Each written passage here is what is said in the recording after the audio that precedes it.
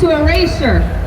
We are here in remembrance of our people, our elders, our martyrs, and our culture, and the generations who carried Palestine through their blood and sacrifice, even as the world tries to obliterate them. The NAKBA is not in the past. It is an event that shaped our existence, and it still shapes Palestinian lives today. Our culture is not just food, music, death car flags, and for damn sure, our suffering is not a currency for exploitation. It is remembrance. It is resistance. We will not be erased. Our history will not be erased. Our identity will not be erased. We are here to speak on what they tried to turn into silence, to carry what they tried to reduce to debate, and to bring humanity out of the shadows of distortion. What is resistance if not the fight to remain on your land, to preserve your identity, and to protect your culture from erasure? We are told resistance is wrong, but what they call resistance, we call survival. Narratives are shaped by power, money, and political influence, deciding whose struggle is worth being seen. When truth doesn't fit the agenda, it's pushed into silence. And still the resistance is pointed to as a scapegoat. But our resistance is not built on power. It is built on truth, memory, dignity, and pride in who we are. And we will not allow our right to exist to be turned into something criminal. We keep hearing the same narratives repeated as if repetition can replace truth. The NAKBA cannot be avoided through silence or selective made-up history. This is not disagreement, this is denial. And denial does not change reality.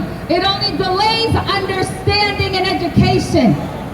Because history does not depend on attention to exist. It is carried and it is lived. And the truth is, we have always existed. Not all history is given a platform. Not all history is allowed to be remembered. And yet the NAKBA is still named, still remembered, still spoken every year. Not because it is easy, but because forgetting is not an option. That's right. Even as systems of power work to make people forget, the NAKBA remains. Something is shifting globally. People are beginning to confront what was hidden and name what was erased. Palestine has forced a global mirror. We refuse silence. We refuse erasure. And if that makes people uncomfortable, it damn should. Refusing is a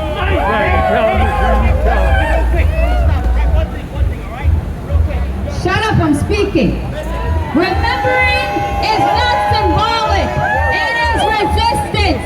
When we gather for NAKBA Day, we show the world we have not forgotten. We are still here, still remembering, still resisting, and still speaking to assholes like that. You go, girl, you go!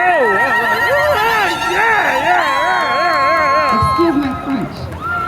To the youth, you are the carriers of this legacy. You are proof that every attempt to silence us has failed. Palestine will not be forgotten. And to our non-Palestinian allies, NAKBA Day is a reminder that injustice everywhere is never isolated. We will not tire. We will not be silenced. We will not forget. And as long as we speak, Palestine will live. And one last thing, as I'm standing here in my city, Fatma Stov, Allah Yarhamha, for all the Sabrina Carpenters out there, my culture is not something you get to define. You only have to accept that it exists. It is not yours to erase or challenge. So I say this.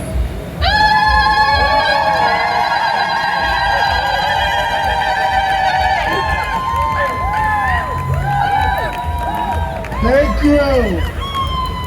Everyone give her a round of applause. Now we have someone who's going to read a statement on behalf of the Tariq Committee. I'm going to welcome him. Assalamu alaikum. Bismillah ar-Rahman ar-Rahim.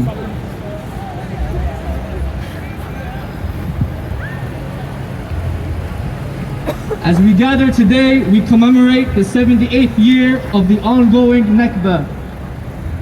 And we honor the hundreds of thousands of Palestinians who were displaced from their homeland in 1948 and in 2026. And we remember the martyrs, the diaspora living in exile, the prisoners, and the beautiful homeland of Palestine that is occupied by the Zionist entity. The NAKBA, May 15 of 1948, is not only a day of remembrance, but a day that marks the ongoing struggle for liberation. On behalf of the Free Tariq Bazrouk Committee, we would also like to uplift the Palestinian prisoners in the diaspora here in the belly of the beast. Tariq is a 21-year-old Palestinian who has spent over a year in federal prison after being indicted at 20 years old with hate crime charges for resisting Zionism here in New York City.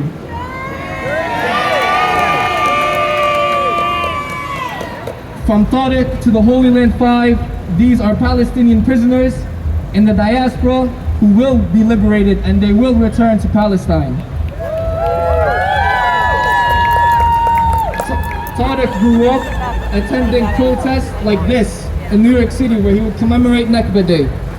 He visited occupied Palestine last year where he witnessed the ongoing NAKBA and the forms of occupation imposed on his homeland. He understood that this is a continuous struggle that will not end with his liberation, but it will only end until all of Palestine is liberated. That is why the struggle of the prisoners is essential. We must not forget our prisoners no matter where they are. Just this March, the occupation passed a law legalizing the execution of Palestinian prisoners. Shame! These prisoners have experienced the most brutal methods of torture. That is why we must fight for the prisoners in New York City and in all of America and in all of Palestine. We must not abandon our prisoners. They are the compass to liberation. And it's not a slogan, it's something that we must honor with action. That is why we must learn from our prisoners and we must honor their path.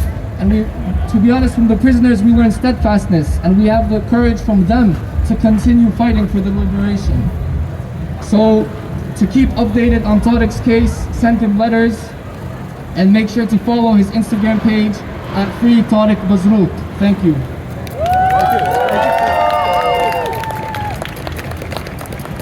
I'm not gonna lie, I really hate using a megaphone, so we're still gonna do the call and repeat because that's my favorite thing to do, and that amplifies my voice so that everyone can hear. So mic check! Mic check! Mic check! Repeat after me! Repeat after me! So that every single person can hear us! 78 years ago! 78 years ago!